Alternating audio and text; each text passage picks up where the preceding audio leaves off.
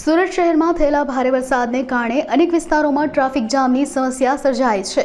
વરસાદી માહોલ અને પાણી ભરાવાના કારણે વાહન વ્યવહાર ધીમો પડ્યો છે। પરિસ્થિતિને કાબૂમાં લેવા માટે સુરત પોલીસના અધિકારીઓ જાતે જ રસ્તા પર ઉતરી આવ્યા છે। ખાસ કરીને સહારા દરવાજા, એપીએમસી માર્કેટ અને દિલ્હી ગેટ જેવા વ્યસ્ત વિસ્તારોમાં ભારે ટ્રાફિક જોવા મળ્યો હતો।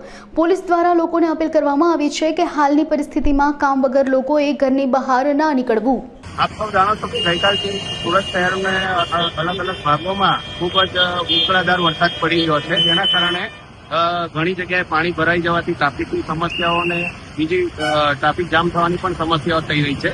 જેથી અમારી સમગ્ર સુરત ટ્રાફિકની ટીમ માનનીય સીપી સાહેબના અને અમારા જેસીપી સર અને ડીજીપી સરના માર્ગદર્શન હેઠળ પ્રોપર અમે અમારા જે કર્મચારીઓ છે બ્રીફિંગ કરી અને જ્યાં વધુ ટ્રાફિક થાય છે ત્યાં અમે ટ્રાફિક નિયમન કરી રહ્યા છે વરસાદમાં પણ।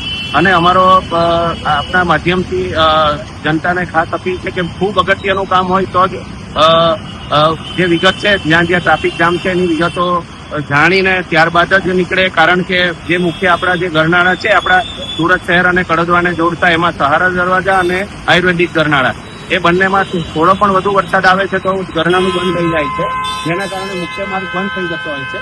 તો ખૂબ અગત્યનું કામ હોય તો જ બહાર નીકળવું અને તો પણ સેફટી રાખીને પોતાની નીકળવું, જેથી કરીને કોઈ જગ્યાએ આપણે ફસાઈ ના થઈએ।